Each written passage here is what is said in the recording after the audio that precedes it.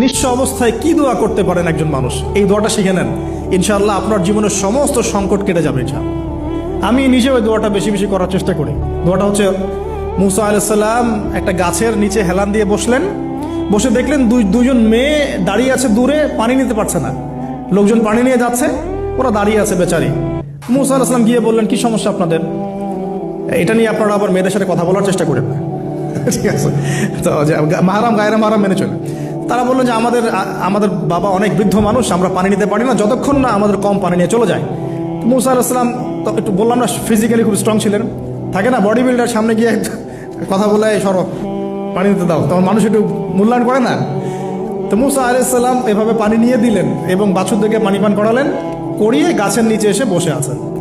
বসে বসে তিনি দোয়া করছেন, এই যে দোয়াটা তিনি দোয়া করছেন, রব্বি, একটা নেক কাজ করলেন, নেক কাজ করলেন না, মানুষের উপকার করলেন, নেক কাজ করে এসে গাছের নিচে বসে দোয়া করছেন, আল্লাহ এখানে তো আমার খাবার পানি বাসস্থান কিছুই নাই, আমি কি করব? রব্বি ইন্নী লিমা আনজালতা ইলাইয়া মিন খায়রিন ফাকির, রব্বি ইন্নী লিমা আনজালতা ইলাইয়া মিন খায়রিন ফাকির। আবার বলেন, রব্বি ইন্নী লিমা আনজালতা ইলাইয়া মিন খায়রিন ফাকির। অর্থ হচ্ছে, হে আল্লাহ, তুমি তোমার পক্ষ থেকে আমার উপরে যে নেয়ামতগুলো দিবে, আমি এর জন্য ফকির হয়ে বসে আছি আল্লাহ। অর্থ বুঝে পড়বেন ভাই, নামাজ রোজা হজ জাকাত যাই করেন আল্লাহর ওয়াস্তে অর্থ বুঝে পড়বেন। অর্থ বুঝে পড়লে আপনার ইবাদতের স্বাদ পাবেন, তৃপ্তি পাবেন, আল্লাহর সাথে কানেকশন হবে, আল্লাহর নূর পাবেন, মাআরিফত পাবেন, সত্য স্বপ্নও দেখবেন তখন ইনশাআল্লাহ। তখন শুয়ে শুয়ে সত্য স্বপ্ন দেখবেন ইনশাআল্লাহ। আল্লাহ পাক তৌফিক দান করবেন। এবার আল্লাহ পাকের সাহায্য নেমে আসলো, ওই দুই মেয়ের মধ্যে একজন হেঁটে হেঁটে চলে আসে। এবার এই মেয়ের হাঁটা সম্পর্কেও কোরআন কথা বলেছে, সুবহানাল্লাহ। এই মেয়ে কিভাবে হেঁটে এসেছে, এই হাঁটার বর্ণনাও কোরআন দিয়েছে। কোরআন বলেছে এই মেয়ে হেঁটে আসছে লাজুক পায়ে। কি পায়ে? এখন আপনি এই পুরো ওয়ার্ল্ডের মেয়েদের হাঁটা দেখেন, লজ্জা আছে? তাহলে মেয়েদের সাথে লজ্জা একটা গভীর সম্পর্ক আছে। এই মেয়ের প্রশংসা আল্লাহ পাক কোরআনে করলেন, লাজুক পায়ে, লাজুক ভঙ্গিতে, অবনত নয়নে সে হেঁটে আসলো। এখন আপনি কেলে যান, গো টু খেল, আপনাদের টুইন টাওয়ারে যান, দেখেন সবার হাঁটা চলা দেখেন। হায়া লজ্জার কোনো বালাই আছে এখানে? আমি গত লেকচারে বলেছিলাম যে আদম আলাইহিস সালাম এবং হাওয়া আলাইহিস সালাম, ইবলিস তাদের সাথে প্রথম যে আচরণ করেছে ওই ফল খাওয়ানোর পরে, সেটা কি? তাদের গা থেকে পোশাক খুলে পড়ে গেছে, মানে নগ্ন করে দিয়েছে আমাদের পিতামাতাকে। মহাবিশ্ব নগ্ন করে দিয়েছে কে? ইবলিস। তো এখন এই পৃথিবীতে আমরা যারা নগ্নতার চর্চা করছি, তার কার এজেন্ট আমরা বুঝতে বাকি আছে? আমার কথা কি বুঝতে পারছেন কিনা? এই কানেকশন মেলানোর চেষ্টা করেন, ডটসগুলো মেলানোর চেষ্টা করেন। সামনে যাই প্রিয় ভাই, এই মেয়ে এসে বলছে, আমার বাবা আপনাকে ডাকেন, আমার বাবা আপনাকে ডাকছেন। তিনি গেলেন, বাবা শুআয়ব আলাইহিস সালাম। তখন এক বোন ইনডাইরেক্টলি বাবাকে বোঝাচ্ছে যে বিয়ে শাদী দিলে ভালো হয়। এক বোন বলছে যে আপনি তো তাকে পুরস্কৃত করতে চাচ্ছেন, তাহলে এরকম কওয়িউন আমিন একজন মানুষকে সবচেয়ে ভালোভাবে পুরস্কৃত করা যায় তার যথাযোগ্য প্রতিদান দেওয়ার মধ্য দিয়ে। তো মেয়ের ইশারা বাবা বুঝেছেন, তিনি নিজের এক মেয়ের সাথে মুসা আলাইহিস সালাম বিয়ে দিলেন, সুবহানাল্লাহ। তবে শর্ত দিলেন, দেন মোহর কি? মোহর তো নাই। মোহর কি এবার? মোহর হচ্ছে 8 বছর তোমাকে আমার ফার্মে কাজ করতে হবে। এটা আগেকার একটা স্টাইল ছিল, সুন্নাহ।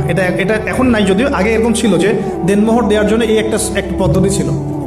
যেমন ইয়াকুব আলাইহিস সালামের ক্ষেত্রেও এরকম 7 বছরের কথা আসছে, তিনি 7 বছর তার শ্বশুরের ফার্মে কাজ করেছেন। এটা নতুন ছিল না ওই সময়, এটা কমন ছিল।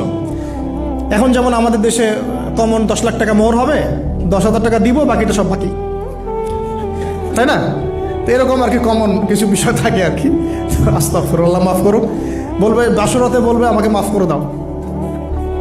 শুরুতেই নিজের গায়রথহীনতার পরিচয় দিল। আবার এদিকে শ্বশুরের কাছে মাশাল্লাহ মোটা অঙ্কের ডোনেশন নিতে চাচ্ছে, যৌতুক। আর বিয়ে আমাদের ওখানে মাশাল্লাহ মানে কেনা বেচা, মেয়ে বিক্রি করতেছে আর ছেলে কিনতেছে। এবার 8 বছর পূর্ণ করা হলো, তিনি আরো 2 বছর 10 বছর পূর্ণ করলেন। এই 10 বছরে মুসা আলাইহিস সালাম নববী পরিবেশ পেলেন, অভিভাবক পেলেন, স্ত্রী পেলেন, প্রেমময়ী সন্তান ইত্যাদি সবকিছু। এবার আল্লাহ রাব্বুল আলামিন তাকে মিশরের দিকে যাওয়ার যে সময়টা এখন হয়ে গেছে, 10 বছর হয়েছে, মিশরে যেতে হবে। যাওয়ার পথে স্ত্রীর প্রসব বেদনা উঠেছে। তখন মুসা আলাইহিস সালাম আগুন খুঁজছেন। আগুন কি খুঁজছেন ভাই? আগুন খুঁজতে খুঁজতে তুর পাহাড়ের ওখানে গিয়ে দেখছেন যে আগুন গাছে জ্বলছে। সবুজ পাতার উপরে আগুন, তিনি অবাক। এই সময় আওয়াজ আসলো, বিসমিল্লাহির রহমানির রহিম, ইন্নী আনা রব্বুক ফাখলা'না আলাইক ইন্নাকা বিল ওয়াদিল মুকদ্দাসি তুয়া।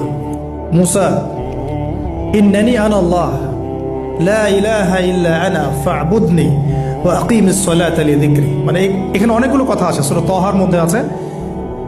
আওয়াজ চতুর্দিক থেকে ভেসে আসলো, মহান আল্লাহ রব্বুল আলামিন তার শান অনুযায়ী, তার ইজ্জত অনুযায়ী তিনি যেভাবে কথা বলেন সেভাবে মূসা আলাইহিস সালামের সাথে কথা বললেন। আল্লাহু আকবার।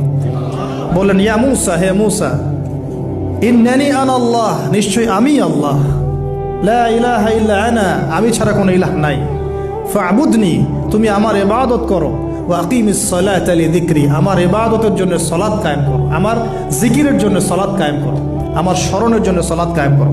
ফাখলা'না আলাইক, তোমার জুতা খুলে ফেলো, ইন্নাকা বিল ওয়াদিল মুকদ্দাসি তুয়া, তুমি তুয়া উপত্যকায় আছো, পবিত্র তুয়া উপত্যকায় আছো। আদব শেখানো হলো, এভাবে অনেক কথোপকথন হলো। নবী মুসা আলাইহিস সালাম ভয় পেয়ে গেলেন।